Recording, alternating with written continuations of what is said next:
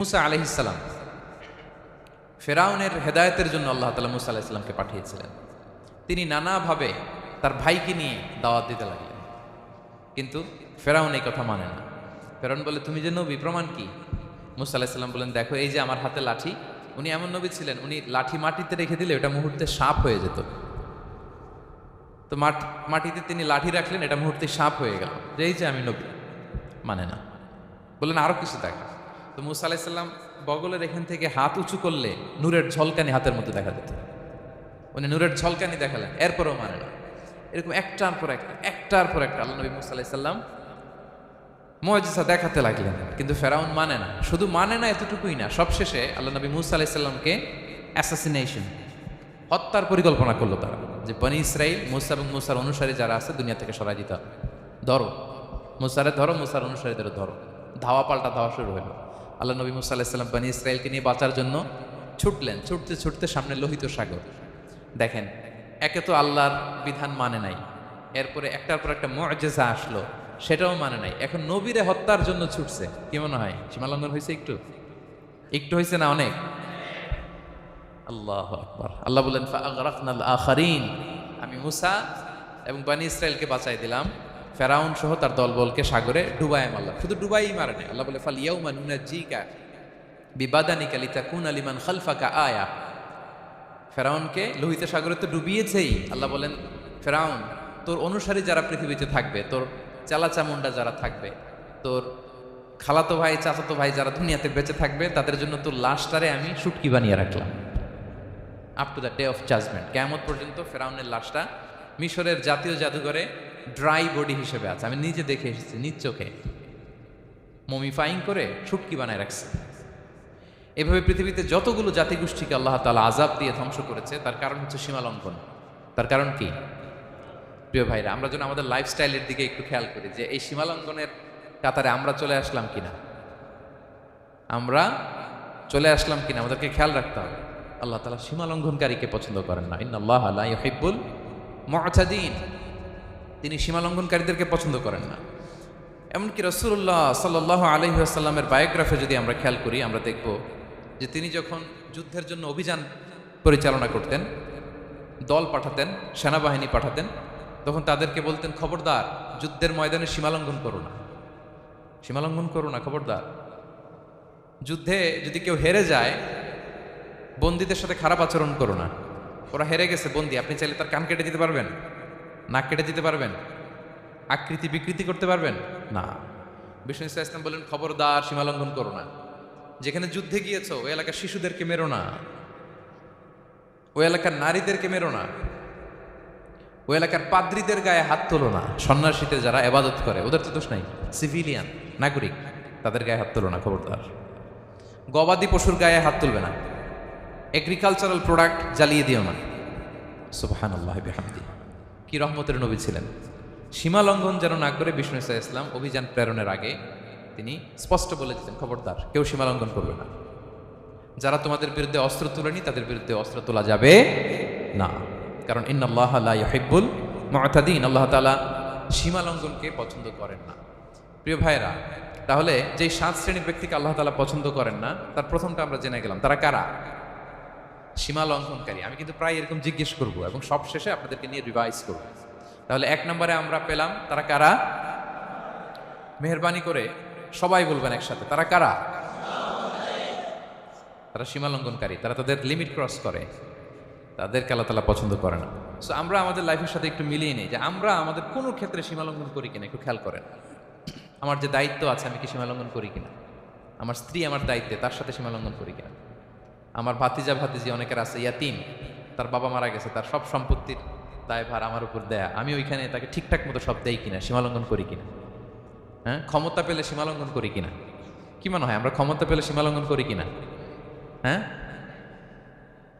করে হ্যাঁ, মানে যেইখানে ডাক্তারের কাছে যাই বলে, ডাক্তার সাহেব আমার এইখানে ফোড়া, সারা দেহের যেই কোনো জায়গায় ধরতে পারেন, এইখানে ধরেন না, তো এইখানে না ধরলে ভালো হবে?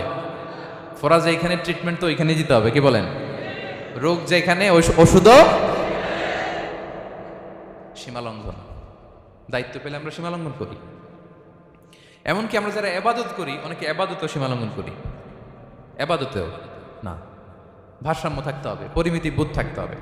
এবং মজার ব্যাপার হচ্ছে আল্লাহ তাআলা দোয়া এবং জিকিরের ক্ষেত্রে এই কথাটা উল্লেখ করেছেন যে তোমরা দোয়া জিকিরের ক্ষেত্রে সীমা লঙ্ঘন করো না। আল্লাহ তাআলা বলেন উদউ রাব্বাকুম তাদাররুআ ওয়া খুফিয়া ইন্নাহু লা ইউহিব্বুল মু'তাদিন। তোমরা আল্লাহকে ডাকো কেমন ভাবে? তাদাররুআ ওয়া খুফিয়া, সবিনয়ে গোপনে। সবিনয়ে ডাকো, চুপিসারে ডাকো, গোপনে গোপনে ডাকো, অল্প আওয়াজে ডাকো। কারণ কি? ইন্নাল্লাহা লা ইউহিব্বুল মু'তাদিন, আল্লাহ সীমা লঙ্ঘনকারীদেরকে পছন্দ করেন না। তাহলে আপনি যদি দোয়া করেন আল্লাহর কাছে, যখন জিকির করবেন বিনীতভাবে, চুপিসারে, সবিনয়ে, বিষ্ণু ঈসা ইসলাম যেভাবে শিখিয়েছেন ওইভাবে জিকির করবেন। নাকি জিকির করতে করতে মানুষের কাঁধে উঠবেন? উঠবেন না? ওঠে ওঠে, হ্যাঁ ওঠে। দেখেন আল্লাহ তাআলা যেইখানে 3 ফোঁটা দেওয়া দরকার 3 ফোঁটা দেয়, যেখানে 1 ফোঁটা ওইখানে 1 ফোঁটা দেয়। আল্লাহ তাআলা ইন্নাহু লা ইউহিব্বুল মু'তাদিন, আল্লাহ সীমালঙ্ঘনকে পছন্দ করেন না। এই কথাটা ঢুকাইছে কোথায়? দোয়া আর জিকিরের মধ্যে। কারণ আল্লাহ জানে আল্লাহর কিছু বান্দা থাকবে তারা দোয়া এবং জিকিরের সময় কি করবে? সীমালঙ্ঘন করবে। মাঝে মাঝে কিছু ভিডিও ক্লিপসে দেখা যায় জিকির করতে করতে আরেকজনের কাঁধের উপরে, যিনি জিকির পরিচালনা করতেছে তার মাথার উপরে। এখন আমি ওয়াজ করতেছি, আপনি যদি লাফাইতে লাফাইতে এসে আমার উপরে পড়েন, হ্যাঁ মাইকের উপরে যদি এসে পড়েন, আমার অবস্থা হবে কি? লাফাতে লাফাতে উপরে উঠে যায়, নিজে ইনজুর্ড হয়, পাশের শ্রোতাকে ইনজুর্ড করে, যিনি আলোচনা পরিচালনা করতেছে তাকে ইনজুর্ড করে। এরকম আছে না নাই? ইন্নাহু লা ইউহিব্বুল মু'তাদিন, আল্লাহ তাআলা সীমা লঙ্ঘনকে পছন্দ করেন না। তাহলে আমাদের প্রত্যেকের উচিত আমাদের লিমিট জানা, আমরা যেন আমাদের কখনো লিমিটকে ক্রস না করি। প্রিয় ভাইয়েরা, এটা প্রতিটি ক্ষেত্রে, ইভেন ইবাদতে আমরা যেন সীমা লঙ্ঘন না করি। এই পয়েন্টটা মনে থাকবে আপনাদের? আচ্ছা, তাহলে 2 নম্বরে আমরা চলে যাই। 2 নম্বরে যে শ্রেণীকে আল্লাহ তাআলা পছন্দ করেন না তারা হচ্ছে জালিম বা অত্যাচারী। জালিম বা অত্যাচারী, যারা জুলুম করে তাদেরকে আল্লাহ তাআলা পছন্দ করেন না। আল্লাহ তাআলা বলছেন ফাআম্মাল্লাযীনা কাফারু ফাউআযিবুহুম আযাবান শাদীদান ফিদ দুনিয়া ওয়াল আখিরা ওয়া মা লাহুম মিন নাসিরিন। যারা দুনিয়াতে কুফরি করবে কঠিন শাস্তি দুনিয়াতেও আখিরাতেও। ওয়া আম্মাল্লাযীনা আমানু ওয়া আমিলুস সালিহাতি ফায়ুওয়াফিহিম উজুরাহুম, আর যারা ঈমান আনবে সৎকর্ম করবে তাদের প্রতিদান আমি আল্লাহ বুঝিয়ে দেব। ওয়াল্লাহু লা ইউহিব্বুয যালিমিন, তবে জেনে রেখো আল্লাহ তাআলা জালিমিনদেরকে পছন্দ করেন। তাহলে 2 নম্বরে পাওয়া গেল কাদেরকে পছন্দ করে না? আপনি যদি কারোর প্রতি জুলুম করেন তাহলে আপনি জালেম, সে হচ্ছে মাজলুম। সে কি? মাজলুম। মজলুম আপনার ক্ষমা না করলে আল্লাহ তাআলা আপনার ক্ষমা করবে না। মজলুম যদি ক্ষমা না করে আল্লাহ তাআলা কঠিন কালো আপনাকে ক্ষমা করবে না। এজন্য জুলুম যেন আমরা কখনো না করি। প্রিয় ভাইয়েরা, জুলুম শুধু আল্লাহ তাআলা আমাদের উপরই হারাম করেনি, আল্লাহ নিজের উপর হারাম করছে। জুলুম শুধু আমাদের জন্যই হারাম না, আল্লাহর জন্য হারাম। আল্লাহ তাআলা বলেন হাদিসে কুদসিতে, ইয়া ইবাদি, হে আমার বান্দারা, ইন্নী হারামতু যুলমা আলা নাফসি, আমি জুলুমকে আমি আল্লাহ নিজের উপরে হারাম করেছি। ওয়া জাআলতুহু বাইনাকুম মুহাররামা, এবং এই জুলুমকে তোমাদের উপর হারাম করেছি। ফালা তাযালামু, তোমরা একে অপরের উপর জুলুম করো না। জুলুম শুধু আমাদের উপরই হারাম না, আল্লাহ নিজের উপর হারাম করেছে। তাহলে জুলুমের সাথে কি মুমিনের কোনো সম্পর্ক থাকতে পারে? পারে না। এবং আল্লাহ তাআলা কখনো কোনো বান্দার উপর জুলুম করেন না। ওয়া আন্নাল্লাহা লাইসা বিযাল্লামিন লিল আবিদ, তিনি তার বান্দার উপর জুলুম করেন না। কোনোভাবেই যেন জুলুম না হয়ে যায়, এজন্য আল্লাহ তাআলা কিয়ামতের দিন মাওয়াজিন আল কিসত, ন্যায়ের মানদণ্ড তিনি প্রতিষ্ঠা করবেন, যাতে একটু ভুল না হয়ে যায়, জুলুম না হয়ে যায়। আমরা মাঝে মাঝে যে দোকান থেকে বস্তায় বস্তায় চাল নিয়ে আসি না, চাল দেখা যাবে যে 1 মণ চাল হয়তো সামান্য একটু কম হইতে পারে, সামান্য একটু বেশি হইতে পারে, এরকম হয় না? দেখবেন যে দিছে 10 কেজি, বাসায় এসে দেখবেন যে 10 কেজির চেয়ে একটু বেশি, একটু সামান্য বেশি কয়েক গ্রাম, অথবা 10 কেজির চেয়ে সামান্য কয়েক গ্রাম কম, এরকম হয়ে যায় না? মানুষ তো আমরা, কি বলেন? কিন্তু আল্লাহর নিক্তি পাল্লায়, মিজানের পাল্লায় এরকম হবে নাকি? হবে? হবে? আল্লাহ বলে না, মাওয়াজিন আল কিসত, ন্যায়ের মানদণ্ড সেটা। ফামাইয়া আমাল মিসকালা যাররাতিন খায়রান ইয়ারা, যাররা পরিমাণ ভালো করেছো তো সেটাও ওজন দেয়া যায় ওই পাল্লায়। সুবহানাল্লাহ পড়বেন না?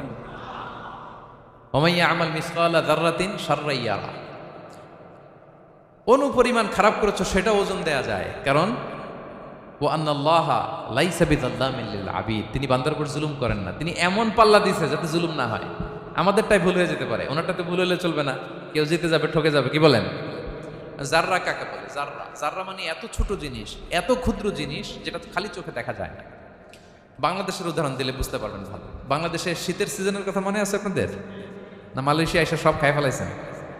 হ্যাঁ, মালয়েশিয়া তো সারা বছর গরম, সারা বছর বৃষ্টি, শীত হয় না। তো বাংলাদেশের শীতের সিজনে টিনের ঘর যাদের থাকে, মনে আছে কিনা জানি না আপনাদের, ওই টিনের চালে যদি ছিদ্র থাকে, শীতের দিন টিনের চালে যদি ছিদ্র থাকে, তাহলে মাঝে মাঝে দেখবেন ওই চিকন ছিদ্রটা দিয়ে সূর্যের একটা আলো ঘরের ভিতরে ঢুকে।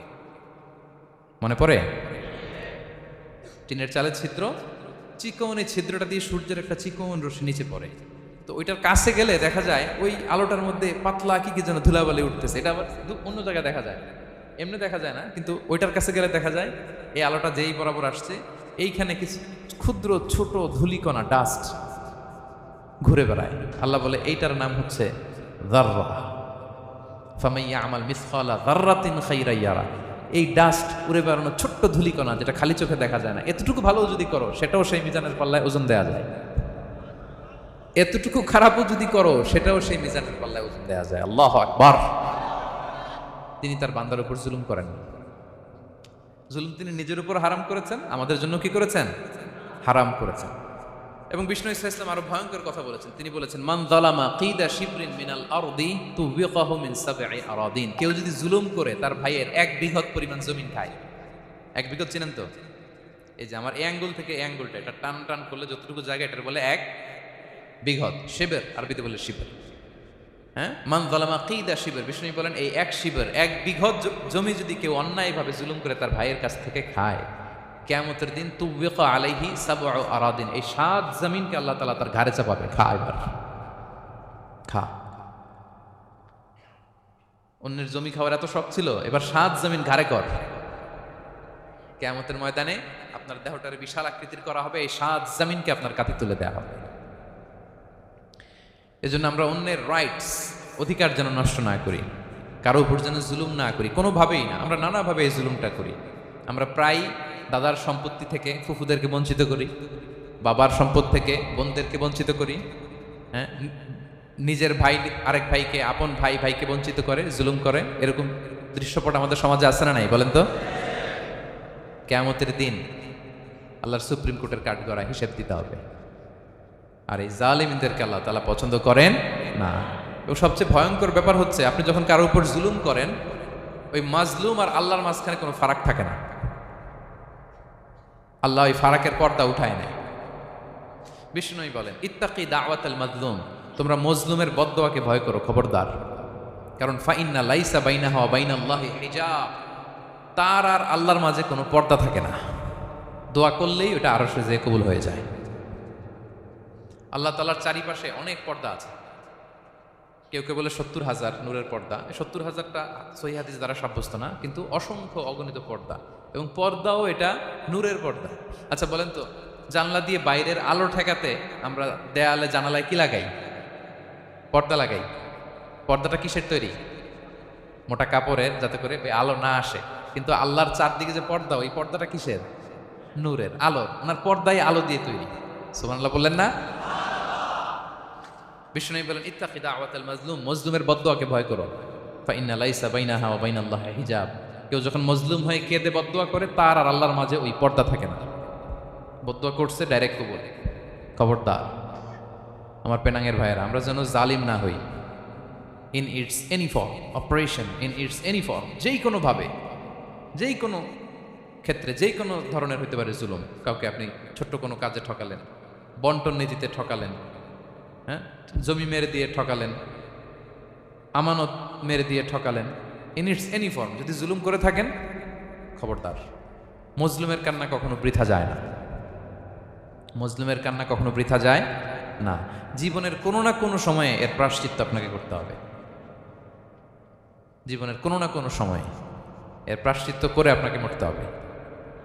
তাহলে কোনো বিশ্বাসী কি জালিম হতে পারে? কারণ ইন্নাল্লাহা লা ইউহিব্বুল যালিমিন, আল্লাহ তাআলা জালিমদেরকে পছন্দ করেন না। তাহলে জুলুমের সাথে আমাদের কোনো সম্পর্ক আছে? হ্যাঁ, কোনো সম্পর্ক আছে। তাহলে 2 শ্রেণীর ব্যক্তির কথা আমরা জানলাম যাদেরকে আল্লাহ পছন্দ করেন না। 1 নম্বর, প্রথমটা কি ছিল? সীমা লঙ্ঘনকারী, লিমিট যে ক্রস করে, ইন্নাল্লাহা লা ইউহিব্বুল মুআতাদিন। 2 নম্বরে কি জানলাম? হ্যাঁ, জালিম, অত্যাচারী, অপ্রেসরকে আল্লাহ তাআলা পছন্দ করে না। তাহলে এই দুইটারে আমরা নো বলে দিলাম আজকের কনফারেন্স রুমে। আওয়াজ করে বলেন তো সবাই নো। এই লিমিট ক্রস আর জুলুম নো, চলে গেছে, খালাস। এবার 3 নম্বরে দেখি আল্লাহ কাদেরকে পছন্দ করে। 3 নম্বরে আল্লাহ তাআলা অহংকারী দাম্ভিক লোককে পছন্দ করেন না। অহংকারী, আমাদের তো অহংকার নাই না? আছে? অহংকার আছে? কিসের অহংকার বলেন? টাকার, আর ক্ষমতার, আর সৌন্দর্যের, আর হ্যাঁ পাওয়ার, সোশ্যাল পাওয়ার। এই যে অহংকার, অহংকারের খাঁচা থেকে মুক্ত রাখো আমাদেরকে তুমি প্রভু হয়ে, পড়েন আমিন। এটা একটা ভয়ঙ্কর খাঁচা। আচ্ছা, অহংকার করার আমাদের আছে কি বলেন তো? কিছুই না। আল্লাহ বলে ওয়া খুলিকাল ইনসানু দাঈফা, তোমাদেরকে আমি দুর্বল করে তৈরি করছি। আমরা দুর্বল, শুধু দুর্বল না, দুর্বলের ঘরের দুর্বল। আমার বাপ ছিল দুর্বল, আমার দাদা ছিল দুর্বল, আমরা 14 গোষ্ঠী কি? হাল আতা আলাল ইনসানি হিনুম মিনাদ দাহরি লাম ইয়াকুন শাইআম মাযকুরা। আল্লাহ বলেন একটা সময় ছিল উল্লেখ করার মতো তোমার কিছুই ছিল না। আজকে তো এত লম্বা চূড়া মানুষ, আমরা কিছুই ছিলাম না। আমার বর্তমানে বয়স চলে 36, 37।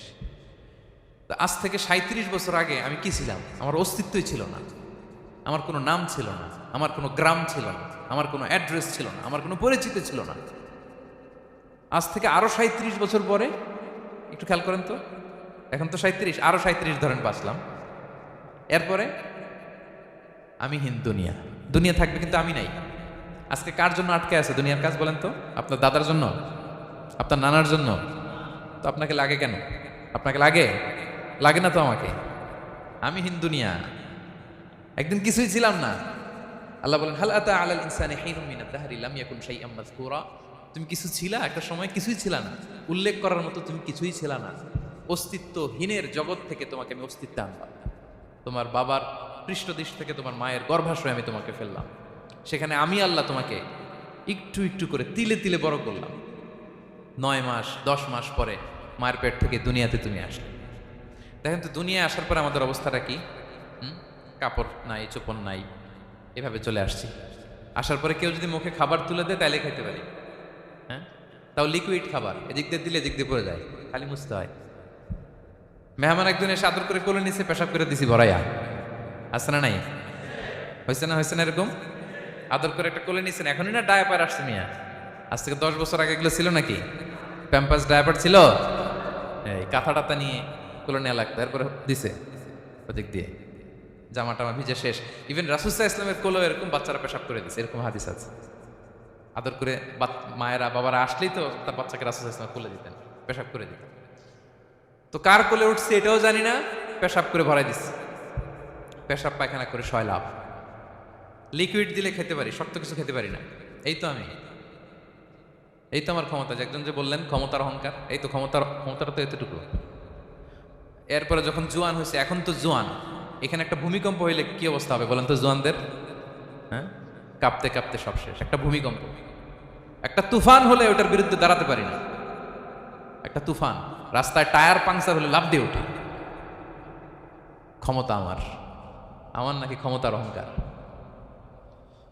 কি দুর্বল আমরা, হ্যাঁ? কুকুর আমাদেরকে কামড় দিলে আমরা কুকুরের কামড়ও দিতে পারি না, ঠিক কিনা? মশা যে কামড়ায়, এটা ধরতে না পারলে কিছু করতে পারি? কামড় মাইরা দিছে দৌড়। বল্লা পোকা এটা যদি কামড় দিয়ে দৌড় দিয়ে কিছু করতে পারেন? তো কিসের ক্ষমতা আপনার? এরপর আবার যদি 70-80 বছর হায়াত পাই, আবার আগের মতো যেখানে বসি ওইখানেই ডাইরেক্ট, আছে না নাই?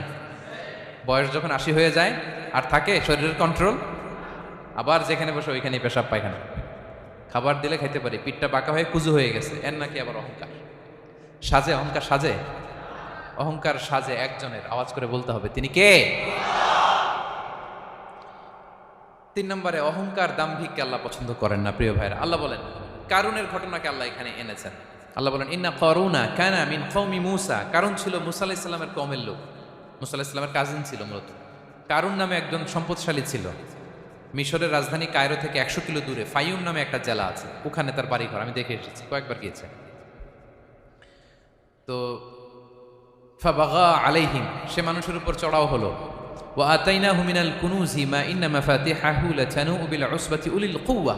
আল্লাহ বলেন, এই কারণকে আমি এত সম্পদ দিয়েছি, এত বেশি ছিল তার সম্পদ, সম্পদগুলো যে সে আলমারির ভিতরে রাখতো, ওই আলমারির যে চাবি হইতো, এই চাবিগুলোরে ওজন করার জন্য, কাঁধে নেওয়ার জন্য 10 জন পেশি শক্তি পুরুষ লাগতো। আলমারি রাখার জন্য না, কি রাখার জন্য? আলমারি ভর্তি যে সোনা দানা গহনা, ওইটার যে চাবি, ওই চাবিগুলা বহন করতে একদল পেশি পুরুষ লাগতো, এত সম্পদ। তো তাকে এলাকার লোকেরা বলেছিল, খলালাহু কওমুহু লা তাফরাহ, হে কারণ তুমি গর্ব করো না। কারণ তাকে বলছিল মুসা আলাইহিস সালাম যাকাত দাও, সে বলছে আমি যাকাত দিব কেন, এই সম্পদ তো আমার। ইন্নামা উতিতুহু আলা ইলমিন ইনদি, আমি আমার বুদ্ধি খাটাই এই সম্পদ কামাইছি, আমার সম্পদ আমি খাবো, আমি যাকাত দিব কেন? আল্লাহ বলেন, ইন্নাল্লাহা লা ইউহিব্বুল ফারিহিন, কারণ তুমি অহংকার করলে আমি আল্লাহ অহংকারকে বরদাস্ত করি না, অহংকারীদেরকে আমি আল্লাহ পছন্দ করি না। আমি অহংকারকে পছন্দ করি না, অহংকারকে আল্লাহ তাআলা পছন্দ করেন না। কি হয়েছিল কারণের নসিবে? আল্লাহ বলেন, ফাখাসাফনা বিহি ওয়া বিদারিহিল আরদ ফামা কানা লাহু মিন ফিআতি ইয়ানসুরুনাহু মিন দুনিল্লাহ ওয়া মা কানা মিনাল মুনতাসিরিন। আল্লাহ বলেন, সে যখন অহংকার দেখালো, আমি কারুনকে আর কারুনের সব সম্পদ মাটির ভেতরে দাবিয়ে দিলাম, মুহূর্তেই দাবিয়ে দিলাম। সহিহ বুখারীতে এসেছে, ইয়াতাজালজালু ফিল আরদ, প্রতিদিন 1 বিঘত করে কারুন জমিনের ভিতরে যেতেই থাকবে, যেতেই থাকবে, যেতেই থাকবে কিয়ামতের আগ পর্যন্ত। আল্লাহু আকবার। কারণ অহংকার করেছিল। আল্লাহ বলে, আমি অহংকারীদের পছন্দ করি না। সূরা লোকমানে আল্লাহ বললেন, ওয়ালা তুসাইর খাদ্দাকা লিন্নাস, মানুষ থেকে মুখ ফিরিও না। ওয়ালা তামশি ফিল আরদা মারাহা, জমিনে অহংকার ভরে হেঁটো না। ইন্নাল্লাহা লা ইউহিব্বু কুল্লা মুখতালিন ফাখুর, আল্লাহ তাআলা অহংকারীদেরকে, দাম্ভিকদেরকে পছন্দ করেন না। এই যে আমি বলছি যে 7 শ্রেণীর লোককে আল্লাহ পছন্দ করেন না, এটা আমার মন গড়া বানানো কথা। প্রতিটি কথার পেছনে কোরআনের যুক্তি আছে। কোরআনে আল্লাহ তাআলা বলছেন, আল্লাহ অহংকারীদেরকে পছন্দ করেন না। ইংরেজিতে কি বলে? ইগো আছে আমাদের, হ্যাঁ, ইগো, এটা ছেড়ে ফেলতে হবে, অহংকার করা যাবে না। আমার প্রিয় ভাইয়েরা, একটু মনোযোগী হন। এই আয়াতের তাফসীরটা একটু সংক্ষেপে বুঝিয়ে দিই। আল্লাহ তাআলা বলছেন, ইন্নাল্লাহা লা ইউহিব্বু কুল্লা মুখতালিন ফাখুর, আল্লাহ কোনো মুখতাল আর ফাখুরকে পছন্দ করেন না। মুখতাল আর ফাখুর মানে কি? মুখতাল মানে যে অহংকার করে মনে মনে। কিছু লোক আছে ভিতরে ভিতরে নিজের বড় মনে করে, বাইরে বলে না বা বলার সাহস পায় না, কিন্তু ভিতরে ভিতরে ভাবে আমি কোন হনুরে, কি বলে আমি কোন, আমি তো বড়, আরে আমার চেয়ে বড় বেশি জানে নাকি কেউ, আমার চেয়ে কিছু পারে নাকি, আমি তো, কিন্তু এটা মুখ দিয়ে বলে না, ভিতরে ভিতরে আছে না নাই? এদেরকে আরবিতে বলে মুখতাল। কি বলে? মুখতাল। আরেকজন ফাখুর, সে শুধু ভিতরে না, এটা প্রকাশ্যে বলে বেড়ায়, এটা আরো ডেঞ্জারাস। ফাখুর, সে আরো খারাপ, সে প্রকাশ্যে তার অহংকার প্রদর্শন করে, বলে বেড়ায় যে আমি বড়, আমি বড়, আমি বড়। এই আমি বড় কথাটাই সবচেয়ে ভয়ঙ্কর। আমি বড় কথাটাই সবচেয়ে ভয়ঙ্কর। নিজে যাকে বড় বলে বড় সে, লোকে যাকে বড় বলে বড় সে হয়। আমার প্রিয় প্যারাঙ্গের ভাইয়েরা, নিজেকে বড় মনে করা এটা শয়তানের স্বভাব। কার স্বভাব? বিনয়ী হওয়া এটা নবীদের স্বভাব। আল্লাহ তাআলা ফেরেশতাদেরকে বলেছিলেন, উসজুদু লি আদম, তোমরা আদমকে সিজদা দাও। ফাসাজাদাল মালাইকা কুল্লুহুম, সবাই সিজদা দিল, ইল্লা ইবলিস, কে ছাড়া? ইবলিস ছাড়া। সে নিজেকে বড় মনে করেছিল, শয়তান।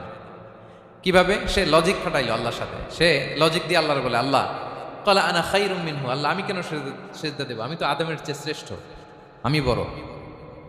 আল্লাহ বলতেছে তুমি বড়, কেমনে বড়? শয়তান বলে, খালাকতানি মিন নার, আপনি আমারে বানাইছেন কি দিয়ে? আগুন দিয়ে। ওয়া খালাকতাহু মিন তিন, আর আদমকে বানিয়েছেন মাটি দিয়ে। কি দিয়ে? মাটি দিয়ে। আগুনের ধর্ম দাউ দাউ করে উপরের দিকে কি করে? ওঠে, আর মাটি ঢিলা রেখে দিলে নিচে পড়ে যায়। তো সে যুক্তি দিয়ে বলতেছে, আল্লাহ ঊর্ধ্বগামী কোনো জিনিস তো নিম্নগামী কোনো জিনিসের কাছে মাথা নোয়াতে পারে? যুক্তি, মনে রাখবেন, যুক্তি সব জায়গায় খাটে। আপনার অফিসের যে বস, মালয়েশিয়ান ভাষায় বসরে কি বলেন আপনারা? ওকে, তোকে, এই আপনার তোকের সামনে যে আপনি লজিক খাটাইলে হবে? বস যেটা বলে ওইটাই ফাইনাল। তো আল্লাহ তাআলা আদেশ করেছিলেন সেজদা করার, সে সেজদা করলেই ভালো করতো, কিন্তু সে যুক্তি দিল আল্লাহ আমি শ্রেষ্ঠ, তাকে বানাইছেন মাটি দিয়ে, আমারে বানাইছেন আগুন দিয়ে, আমি কেন মাথা নত, আমি বড়। আমি বড় বলার সাথে সাথে দৃশ্যপট পাল্টায় গেল। আল্লাহ বলে বের হ, ফখরুজ, বের হ, তুমি অভিশপ্ত, তুমি লানত প্রাপ্ত, তোমার স্থান হবে জাহান্নাম। তুমি নিজেকে বড় মনে করেছ, তাইলে বড় মনে করা এটা শয়তানের স্বভাব। কার স্বভাব? তা আমরা নিজেকে বড় মনে করব কখনো? আরো জোরে বলেন, করব? বিষ্ণু ইসা ইসলাম নিজে নিজে ছোট থাকতে চাইতেন। তিনি দোয়ায় বলতেন আল্লাহুম্মা জাআলনি ফি আইনি সাগীরা ওয়া ফি আ'য়ুনিন নাসি কাবীরা। আল্লাহ আমার চোখে আপনি আমারে ছোট বানান, আল্লাহ মানুষের চোখে আপনি আমারে বড় বানান। বিশ্বনবী নিজের চোখে নিজে ছোট থাকতেন, কিন্তু গোটা বিশ্বের মানুষের চোখে বড় হয়েছেন না? কত বড়? রাফা'না লাকা যিকরাক। আল্লাহ বলে আমি যেখানে অতটুক পর্যন্ত উঠাইছি আপনারে। কোন নবীর নিচে উপরে? কথা বলেন। নবী হে আমি যদ্দূর আপনার উঠাইছি অদ্দূর, ওই পর্যন্ত নিয়ে গেছে সাক্ষাতের জন্য। সুবহানাল্লাহ। প্রত্যেক নামাজে বিশ্বনবীর উপর দুরূদ আছে না নাই? কিয়ামত পর্যন্ত বিশ্বনবীর প্রতি ভালোবাসা আমাদের পক্ষ থেকে আছে না নাই? আছে। আল্লাহ তাআলা ওনাকে বড় করেছেন। এজন্য নিজের চোখে আমরা নিজের ছোট থাকবো। আপনি যদি বড় হন এটা মানুষ বলবে। কে বলবে? নাকি আপনিই বলবেন? বলা যাবে না।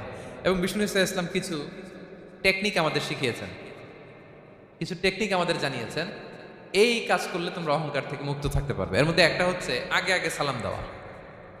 তিনি বলেন আল বাদিউ বিসসালামি বারিউম মিনাল কিবর, যে আগে আগে সালাম দেয় তার হৃদয় থেকে আল্লাহ অহংকার তুলে নেয়। আগে সালাম দিতে পারবেন? ফোন করলেই আগে কি বলবেন? বাসায় ঢুকেই আগে কি বলবেন? স্ত্রীকে আগে সালাম দিবেন, বন্ধুকে আগে সালাম দিবেন, বাসার কাজের লোকটাকে আগে সালাম দিবেন, আপনার ড্রাইভারকে আগে সালাম দিবেন, বাসার দারোয়ানটারে আগে সালাম দিবেন। ফকির একটা আসলে আপনি সালাম দিয়ে ফেলবেন। পারবেন?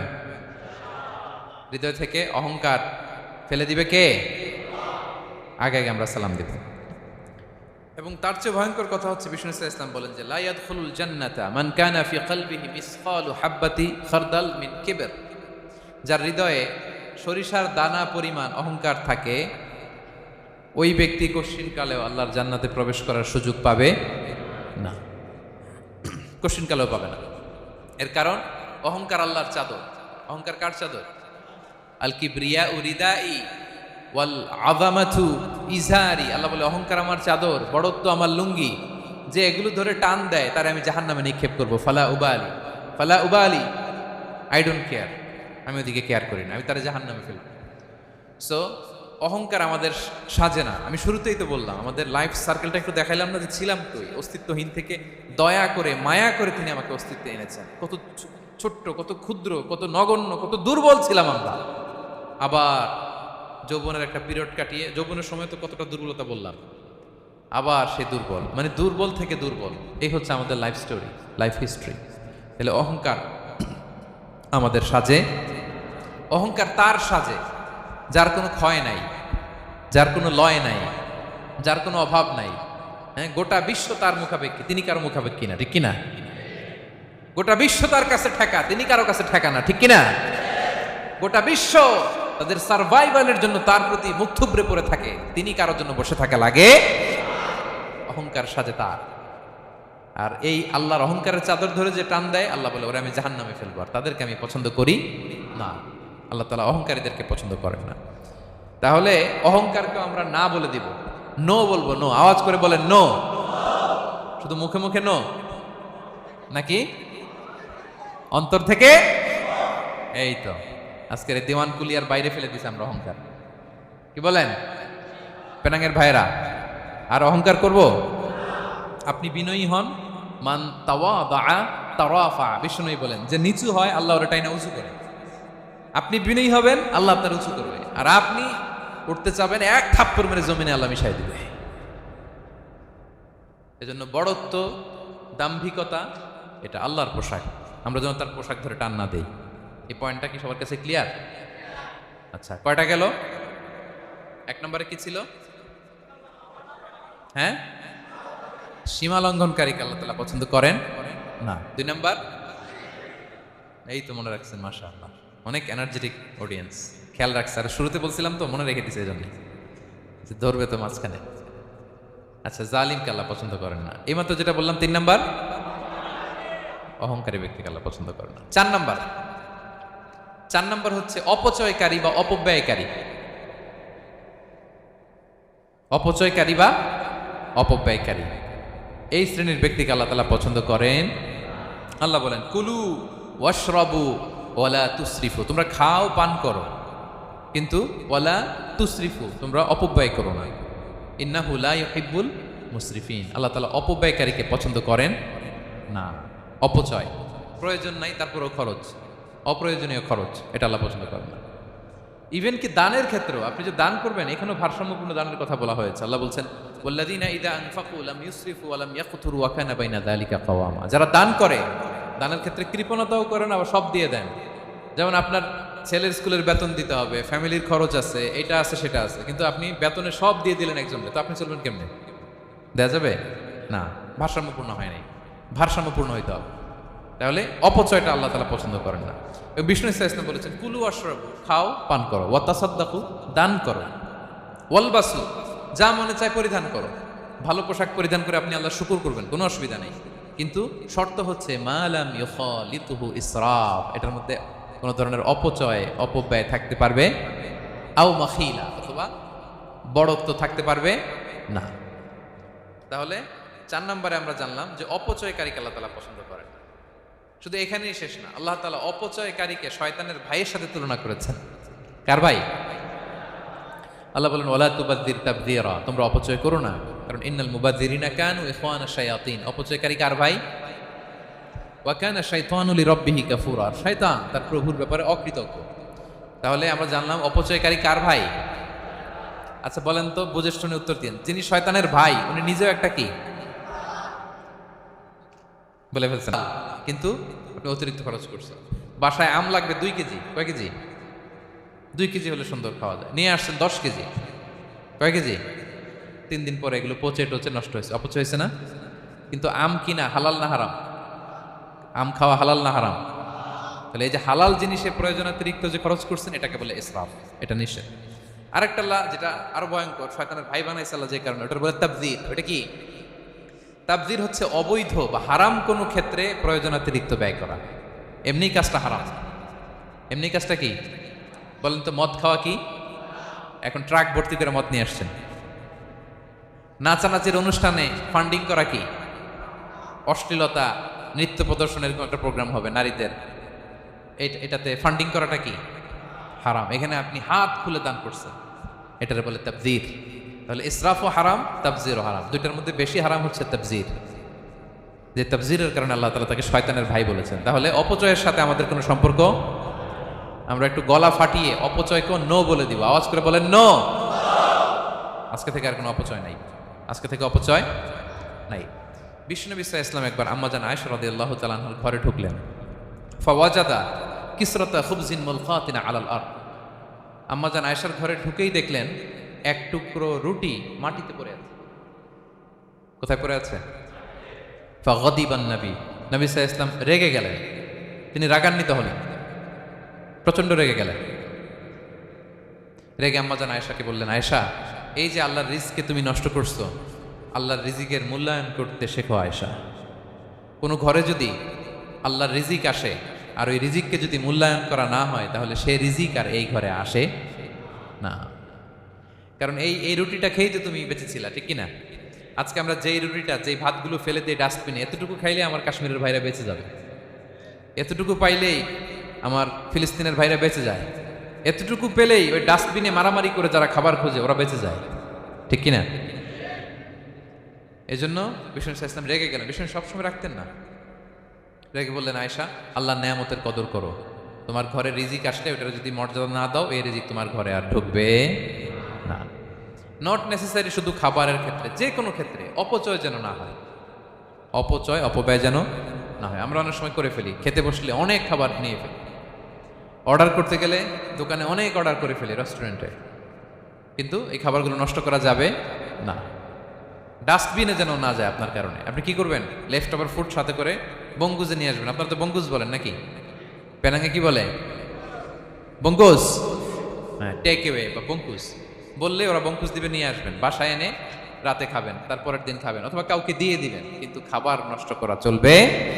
কারণ ইন্নাল্লাহা লা ইউহিব্বুল মুসরিফিন, আল্লাহ তাআলা অপচয়কারীকে পছন্দ করেন। কথাটা কি বুঝতে পেরেছেন সবাই? আচ্ছা, কয়টা গেল? আর বাকি রইল কয়টা? 5 নাম্বার, খেয়ানতকারী। আমানতের খেয়ানত যে করে, বা বিশ্বাসঘাতক আমানতের খেয়ানত যে করে। অনেক লম্বা কথা, আমি যেহেতু সময় কম শেষ করে দিচ্ছি। ইন্নাল্লাহা লা ইউহিব্বুল খাইনিন, আল্লাহ তাআলা খেয়ানতকারীকে পছন্দ করেন। বিশ্বাসঘাতকতা যে করে, আল্লাহর কথা বাদ দেন, আমাদের সমাজে বলেন কেউ যদি বিশ্বাসঘাতকতা করে আমরা পছন্দ করব? করব না, তাকে কেউ পছন্দ করে না। ইন্নাল্লাহা লা ইউহিব্বু মান কানা খাওয়ানান আসিমা, পাপী খেয়ানতকারীকে আল্লাহ পছন্দ করেন না। এবং মুনাফিকের আলামত রাসূল সাল্লাল্লাহু আলাইহি ওয়াসাল্লাম বলেছেন, কি দেখে মুনাফিক চিনবা? তিনি বলেছেন 3 জিনিস দেখে মুনাফিক চিনবা। এক, ইদা হাদ্দাসা কাযাবা, মুনাফিক কথা বললে মিথ্যা বলে। কথা বললে কি করে? ওয়া ইদা ওয়াআদা আখলাফা, ওয়াদা করলে খেলাফ করে। 3 নম্বরে ওয়া ইদা আতুমিনা খানা, মুনাফিকের কাছে আমানত রাখলে খেয়ানত করে। আমানতের খেয়ানত, এটা মুনাফিকের আলামত। শুধু মুনাফিকের আলামতই না, এটা কিয়ামতের একটা আলামত। আল্লাহ বলেন ইন্নাল্লাহা ইয়া'মুরুকুম আন তুআদ্দুল আমানাতি ইলা আহলিহা, আল্লাহ তাআলা আদেশ করেছেন আমানতের যে হকদার তার হাতে তার আমানত পৌঁছে দাও। আদেশটা কার? সবাই বলুন, আদেশ কার? আল্লাহ। আমানতের খেয়ানত এটা মুনাফিকের আলামত এবং কিয়ামতের আলামত। এক বেদুইন এসে রাসূল সাল্লাল্লাহু আলাইহি ওয়াসাল্লামকে বলল, ইয়া রাসূলুল্লাহ মাতা সাআ, কিয়ামত কবে হবে? কি কবে হবে?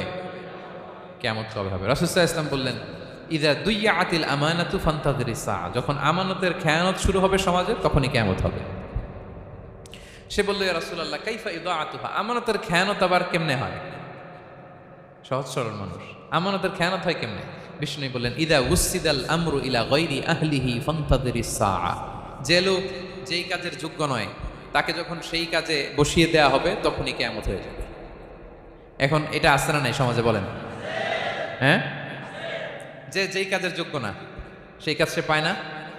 সবাই বলেন তো, যে যেই চেয়ারে বসার যোগ্যতা রাখে না ওই চেয়ারে সে বসে কি বসে না?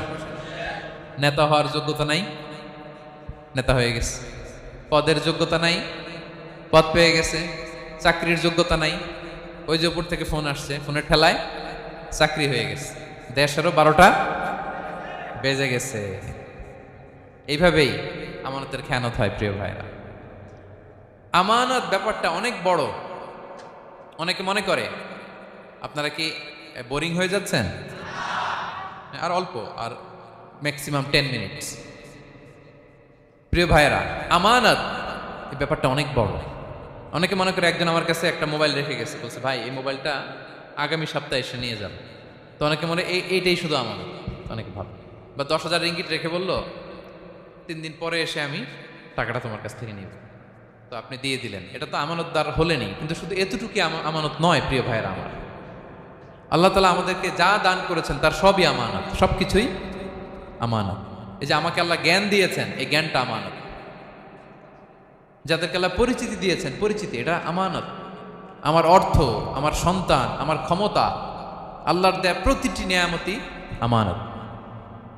এবং এই আমানতের ব্যাপারে আল্লাহ তাআলা জিজ্ঞেস করবেন। আপনি একটা প্রতিষ্ঠানের প্রধান, এই প্রতিষ্ঠান আপনার কাছে আমানত। আপনি মসজিদের সভাপতি, এই মসজিদ আপনার কাছে আমানত। আপনি চেয়ারম্যান, এই ইউনিয়ন পরিষদ আপনার কাছে আমানত। কি বলেন? আপনি MP, member of the parliament, এই নির্বাচনী এলাকাটা আপনার কাছে আমানত। আপনি রাষ্ট্রপ্রধান, পুরো রাষ্ট্রের প্রতিটি ইঞ্চি আপনার কাছে কি?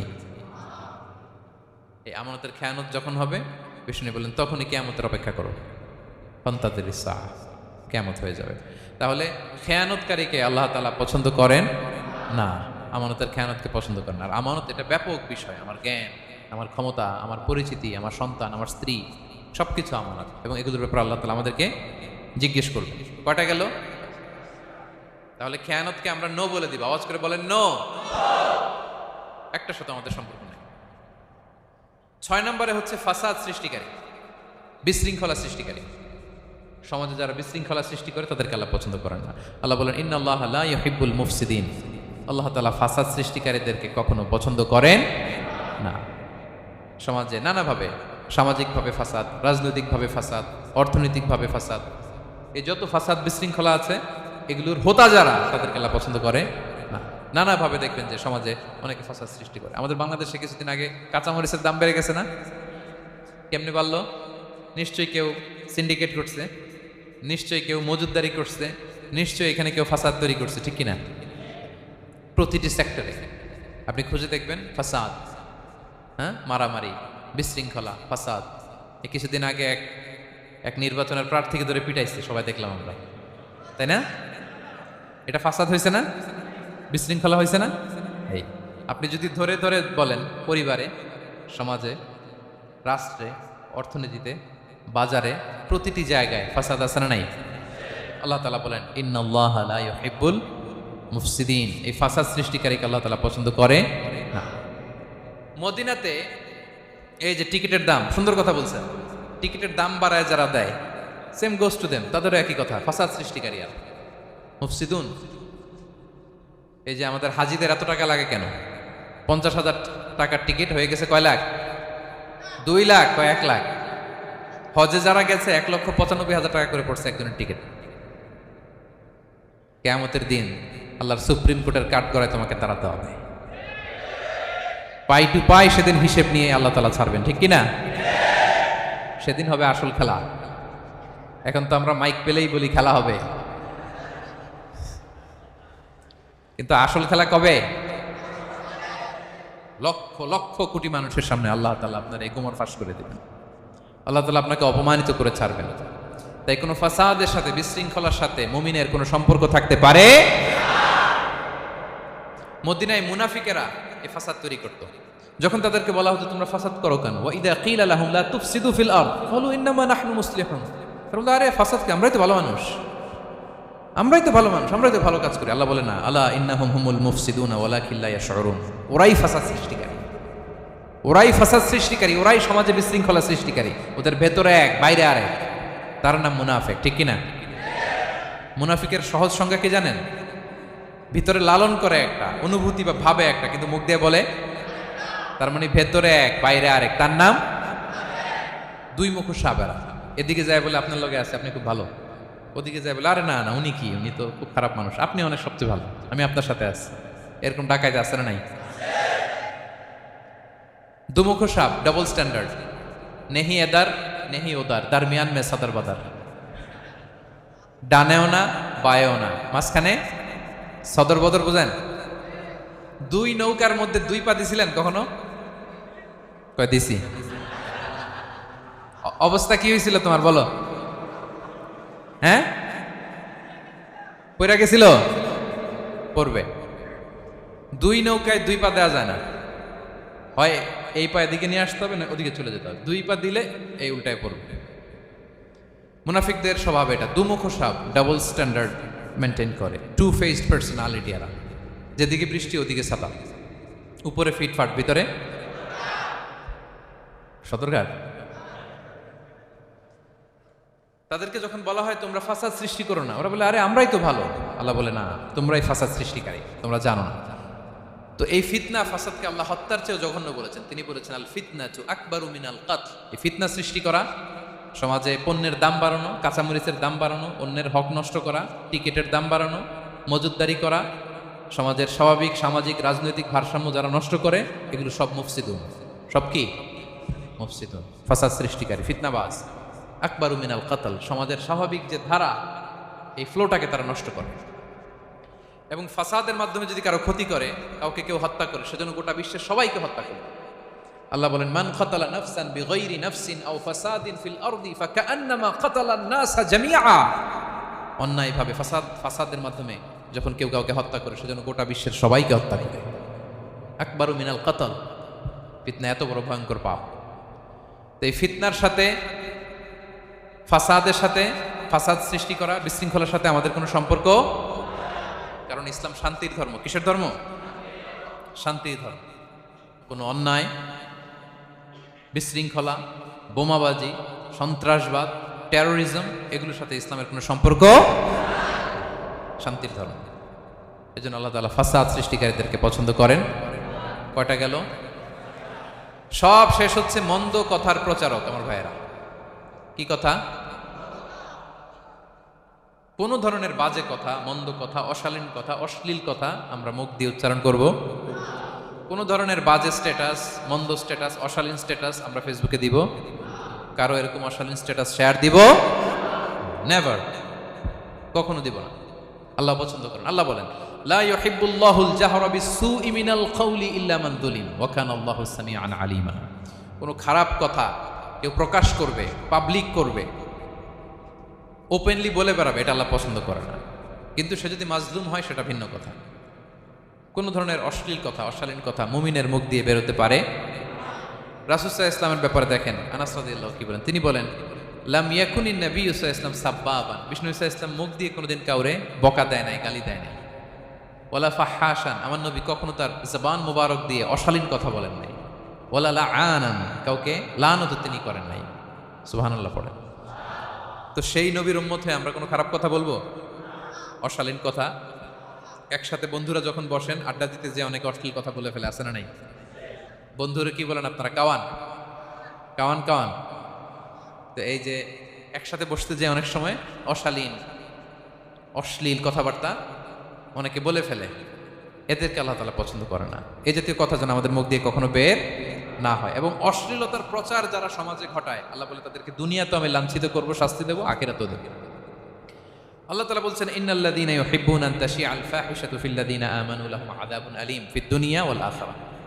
যারা চায় মুমিনদের মাঝে অশ্লীলতা ছড়িয়ে পড়ুক, তাদেরকে দুনিয়া আখিরাতে আমি লাঞ্ছিত করে ছাড়ব। দুনিয়ায় লাঞ্ছিত, আখিরাতেও লাঞ্ছিত। দুনিয়াতেও আযাব, আখিরাতেও। এজন্য অশ্লীলতার সাথে আমাদের কোনো সম্পর্ক নাই। আমরা কোনো অশ্লীল কথা যেন আমরা না বলি।